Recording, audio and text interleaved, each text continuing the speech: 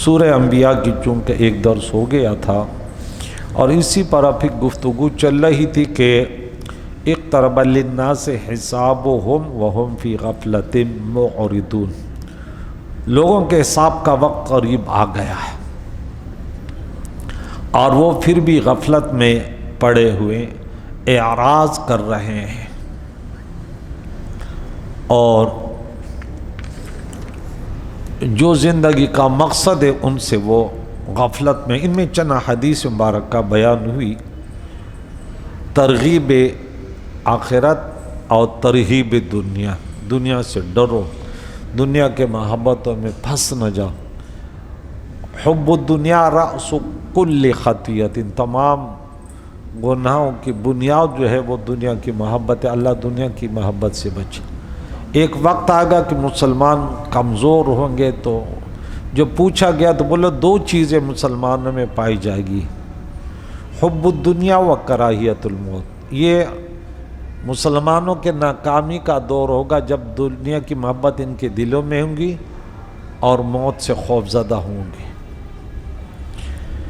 ابن جعد بیان کرتے ہیں کہ رسول اللہ صلی اللہ تعالیٰ علیہ وسلم کے اصحاب نے حضرت خباب رضی اللہ تعالیٰ عنہ کی عیادت کی اور کہا آپ کو خوشخبری ہو۔ پیارے نبی کے صحابی یعنی انتہائی بیمار تھے کہ دنیا سے کوچ کرنے والے تھے، یہ حالات بتا رہے ہیں، تو کہتے آپ کو خوشخبری ہو اے ابو عبداللہ، یہ اس کی کنیت تھی حضرت خباب کی، کہ آپ پیارے عقائد و جان کے پاس حوضے کو سر پر حاضر ہوں گے جب دنیا سے چلے جاؤ گے۔ تو حضرت خباب رضی اللہ نے کہا کہ یہ کیسے ہوگا، حالانکہ یہ اس کے گھر کی نچلی منزل میں جہاں تم میرے ساتھ بیٹھے ہو اور اس کے اوپر بھی ایک منزل ہے، حالانکہ ہم سے پیارے عقائد و جہان نے یہ فرمایا تھا کہ تمہارے لیے دنیا کی صرف اتنی چیز کافی ہے جتنی مسافر کے پاس سفر میں خرچ کرنے کے لیے کوئی چیز ہوتی ہے۔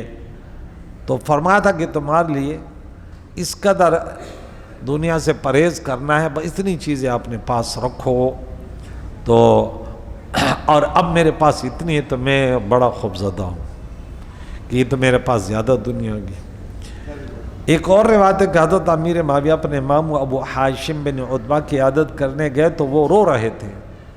حضرت امیر معاویہ رضی اللہ تعالیٰ نے ان سے کہا کہ اے میرے ماموں جان آپ کیوں رو رہے ہیں؟ کیا آپ کو درد کی وجہ سے تکلیف ہو رہی ہے یا دنیا پر حرص کی وجہ سے رو رہے ہو کہ دنیا رہ جائے گی؟ انہوں نے کہا اس میں سے کوئی بات نہیں ہے، لیکن پیارے عقائد و جہان نے ہم کو نصیحت فرمائی تھی کہ اے ابو ہاشم شاید تمہارے پاس وہ مال آئے گا جو دوسری قوموں کو دیا گیا ہے، تمہارے پاس اس مال میں سے اتنا کافی ہے کہ ایک خادم ہو اور اللہ کے راہ میں سفر کرنے کے لیے ایک سواری ہو، اور اب میں اپنے مال کو دیکھتا ہوں تو میں نے مال جمع کر لیا، بڑی نعمت ہے، یہ خوفزدہ ہے۔ اللہ کے نبی نے دعا کی کہ میری امت جو ہے نا بھوک سے قحط سالی سے نہ مرے، بولے دعا قبول ہے۔ حضور نے فرمایا کہ تم پر جو خوف ہے مال کی کثرت کا خوف ہے، تنگ دستی کا نہیں ہے۔ اب آپ دیکھتے ہیں کہ مال کس تیزی سے مال بڑھ رہا ہے، لیکن پھر بھی ہمارے منہ کھلے کہ بے روزگاری ہے، بڑی پریشانی ہے اور یہ فلاں۔ ہمارے علاقے میں جو بہت بڑا سیٹ جس کو کہتے تھے وڈیرا یا چودھری یا سردار، تو اس کے پاس ایک چھوٹی سی موٹر سائیکل ہوتی تھی، یہ سب سے بڑا یعنی علاقے کا، اور یہ یوں سمجھے کہ بس جیسے اس دور میں وزیر اعلیٰ ہو، یہ اتنے بڑے سیٹ کے پاس ایک چھوٹی سی موٹر سائیکل ہوتی تھی۔ اور اس وقت بھی ان کے گھر بہت کم ایسے تھے عارضی سے مکان، ورنہ وہ بھی کچے گھر میں ہوتے تھے۔ یعنی دنیا کراچی میں اب جو لوگ یہ جانتے ہیں کہ آج سے 30 سال تک 35 سال پہلے عرصہ اس کو یاد ہے، تو کراچی میرے خیال ہے کہ 100 میں سے 10% تھی، یہ 90% بعد میں یہ بلڈنگیں بنی، ڈیفینس کا علاقہ، یہ صدر میں چند بس تھوڑی سی دکانیں تھیں، اور یہ علاقے گلستان یہ بالکل ویران۔ لیکن پھر بھی اگر ہم سے پوچھا جائے تو بس یعنی یوں سمجھا کہ کراچی شہر میں ایک بس بارش ہوئی ہے گاڑی اور بنگلوں کے، اگر یہ آٹومیٹک بنتا تو آپ دیکھتے کہ کس انداز سے یہ بنگلے اور یہ بن گئے، لیکن ہم پھر بھی کبھی شکر نہیں کیا ہم نے۔ آگے ایک حدیث اور سنا دوں، سعد بن ابی وقاص رضی اللہ تعالیٰ عنہ حضرت سلمان کی عیادت کرنے کے لیے گئے تو وہ رونے لگے۔ اب دیکھیں صحابہ کی شان دیکھیں، حضرت سعد نے کہا اے عبداللہ آپ کو کیا چیز رلا رہی ہے؟ حالانکہ جب حضور علیہ السلام کا وصال ہوا تو وہ آپ سے راضی تھے، آپ رسول اللہ صلی اللہ علیہ وسلم سے ملاقات کریں گے اور ان کے پاس حوض پر حاضر ہوں گے۔ انہوں نے کہا میں موت سے گھبرا کر نہیں رو رہا اور نہ دنیا کے حرص پر رو رہا ہوں، لیکن رسول اللہ صلی اللہ علیہ وسلم نے ہم کو نصیحت کی تھی کہ تمہارے پاس فقط اتنا مال ہونا چاہیے جتنا ایک مسافر کے پاس سفر خرچ ہوتا ہے، اور اب میرے ارد گرد یہ تکیے لگے ہوئے ہیں، ان کے ارد گرد تکیہ تھا ٹپ ٹاپ اور وضو کا سامان تھا۔ حضرت سعد نے کہا کہ عبداللہ آپ ہم کو نصیحت کیجئے جس پر ہم آپ کے بعد عمل کریں۔ حضرت سلمان نے کہا جب تم کو کوئی پریشانی ہو اور جب تم کو کوئی فیصلہ کرنا ہو کوئی فیصلہ کرو، اور جب تم مال تقسیم کرو تو اللہ کو یاد کرو، اللہ سے ڈرو۔ آگے ایک حدیث اور عبداللہ ابن مسعود رضی اللہ عنہ نے فرمایا اگر علماء اپنے علم کی حفاظت کرتے اور جو علم کا اہل ہو اس کو تعلیم دیتے تو وہ اپنے زمانے والوں کے سردار ہوتے۔ ہماری اکثریت یہ ہے ہم ان سے تعلق بناتے ہیں جس سے ہمیں زیادہ پیسہ ملے، ایسے لوگوں سے بھلے وہ بے نمازی ہو بدکار ہو، ہمیں بس ان سے صدقے خیرات چاہیے۔ یہ میں نے اپنے آنکھوں حال دیکھا کہ جس کے پاس دیکھے تو یعنی 2 نمبر مولیوں کی بات کر رہا ہوں، وہ اس کے ارد گرد ایسے گھومتا ہے جیسے بلی اپنے مالک بھوک کے وقت گھوم رہی ہے کہ کچھ تو دے دے۔ تو عالم ہو کر تیری حالت ہے یار، افسوس کی بات ہے۔ یہ میں نے پریکٹیکل زندگی میں دیکھا کہ دولت مند سے یعنی یہ دنیا دار مولوی کیسے تعلقات ہے اس کا نمبر پاس رکھ کر، اور اس کے کیسے چمچگیریاں، ارے خدا کے بندے خوف خدا کر، یہ تمہاری شان ہے۔ واقعات ہیں لیکن ان کو میں بیان نہیں کرتا، جن مولویوں کو میں جانتا ہوں وہ ہمیں پھر نصیحت کرتے کہ دولت مندوں سے تعلقات پیدا کرو جو تمہیں دے، اس رب سے تعلقات پیدا کرو جو راضی ہو تو سب دنیا تیری ہے۔ تو اس اللہ کی بندگی کے طرف جو اپنے نبی سے محبت کرو، پیارے نبی کی پیاری پیاری سنتوں سے عمل کرو۔ آپ کون سے خواب دیکھ رہے ہیں؟ لیکن انہوں نے اپنے علم کو دنیا کے اصول کے لیے دنیا داروں پر خرچ کیا تو وہ دنیا داروں کی نظر میں بے اوقت ہو گئے۔ اور میں نے تمہارے نبی کو یہ فرماتے ہوئے سنا کہ جس نے تمام تفکرات کو صرف ایک فکر بنا دیا اللہ تعالیٰ اس کی آخرت کی فکر کے لیے کافی ہوگا، اور جس شخص نے بہت سے تفکرات میں اور دنیا کے احوال میں اپنے آپ کو مبتلا کر لیا تو اللہ تعالیٰ اللہ تعالیٰ کو اس کی پرواہ نہیں ہے کہ وہ کون سی وادی میں جا کر گرتا ہے اور برباد ہوتا ہے، کہ وہ دنیا کے لیے گیا تو بس گیا۔ ام الولید بنت عمر بیان کرتے ہیں بیان کرتی ہے کہ ایک شام کو رسول اللہ صلی اللہ علیہ وسلم نے فرمایا اے لوگو تم حیا نہیں کرتے؟ ہم نے عرض کہ یا رسول اللہ کس چیز سے؟ آپ نے فرمایا تم اس چیز کو جمع کرتے ہو جن کو تم کھاتے نہیں ہو، اور ان مکانوں کو بناتے ہو جن میں تم رہتے نہیں ہو، اور تم ان چیزوں کی امید رکھتے ہو جن کو تم حاصل نہیں کر سکو گے۔ ابراہیم بیان کرتے ہیں کہ حضرت عبد الرحمن بن عوف رضی اللہ تعالیٰ عنہ روزہ دار تھے، ان کے پاس افطار کے وقت کھانا لایا گیا، انہوں نے کہا حضرت مصعب بن عمیر رضی اللہ عنہ شہید ہو گئے، وہ مجھ سے بہتر تھے، ان کو صرف ایک ہی چادر میں کفن دیا گیا، اگر ان کا سر ڈھانپا جاتا تو ان کے پیر کھل جاتے، اور اگر ان کے پیر ڈھانپے جاتے تو سر کھل جاتا۔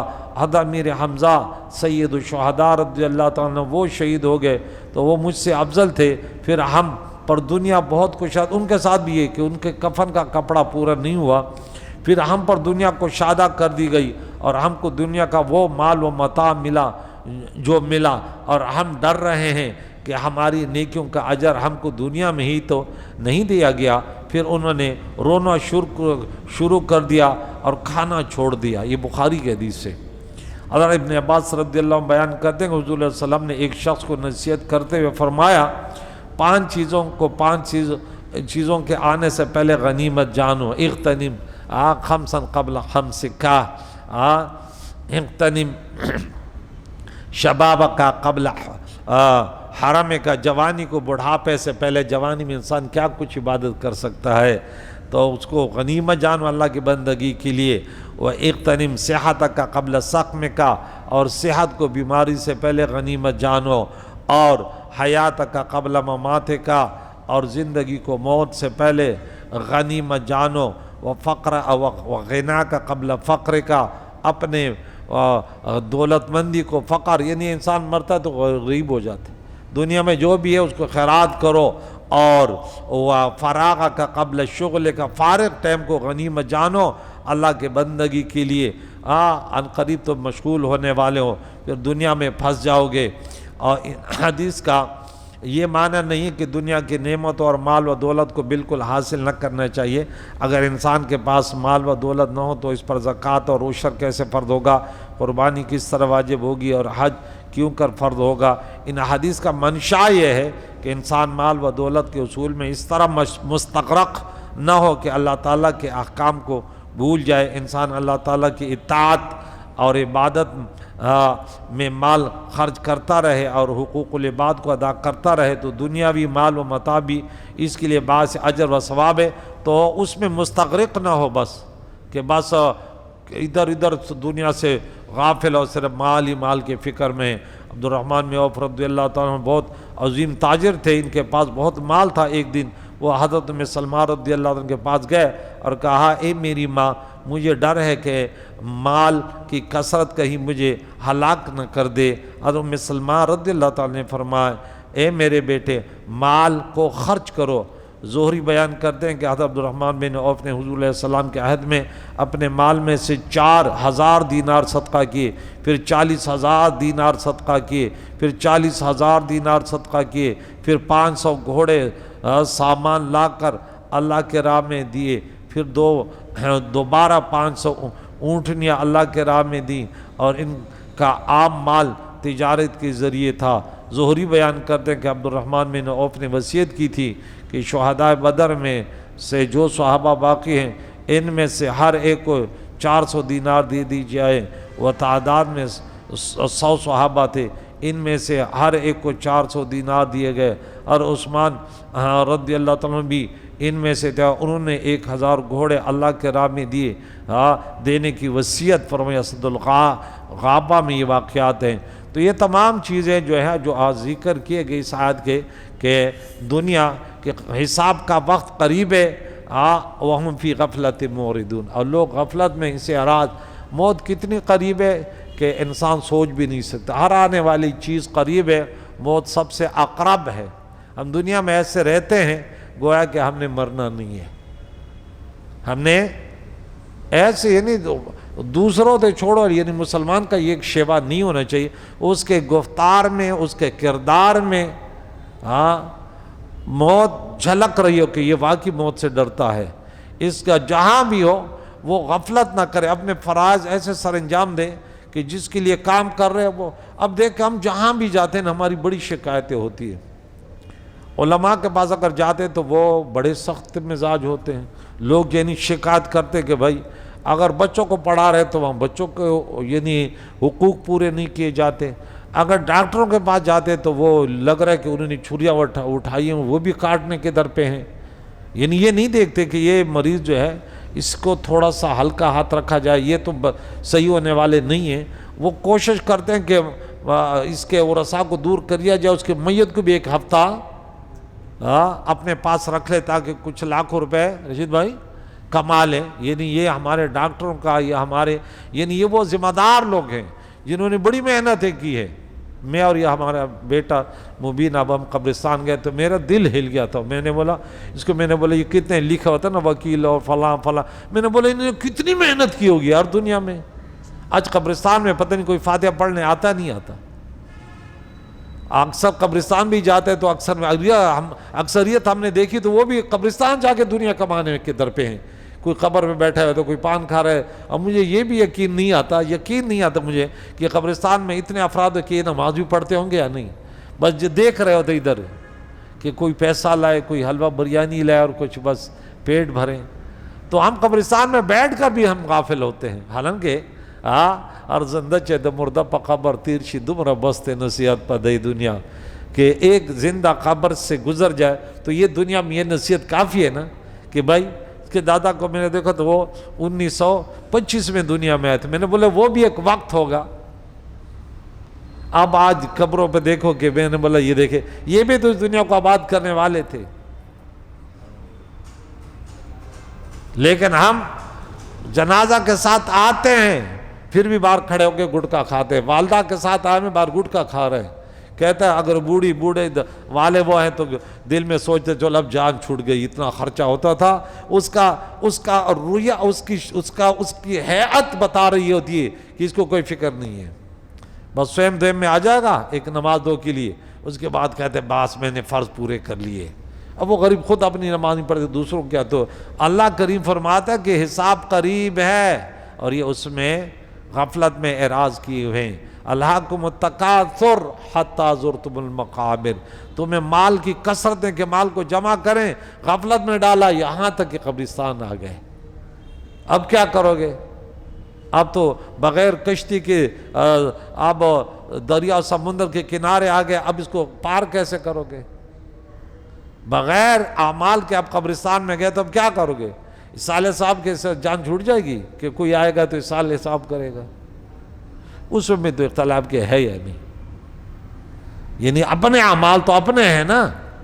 اگر اللہ نہ کرے ایمان ہے تو چلے اسال صاحب فائدہ دے گی, ٹھیک ہے, لیکن اگر ایمان نہیں تو اسال صاحب سے تھوڑی کوئی اللہ نہ کرے.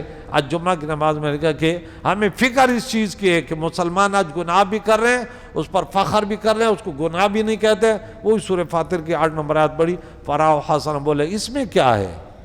اللہ کریم سے دعائے قرآن مجید کی تعلیمات سے بہرہ من فرمائے.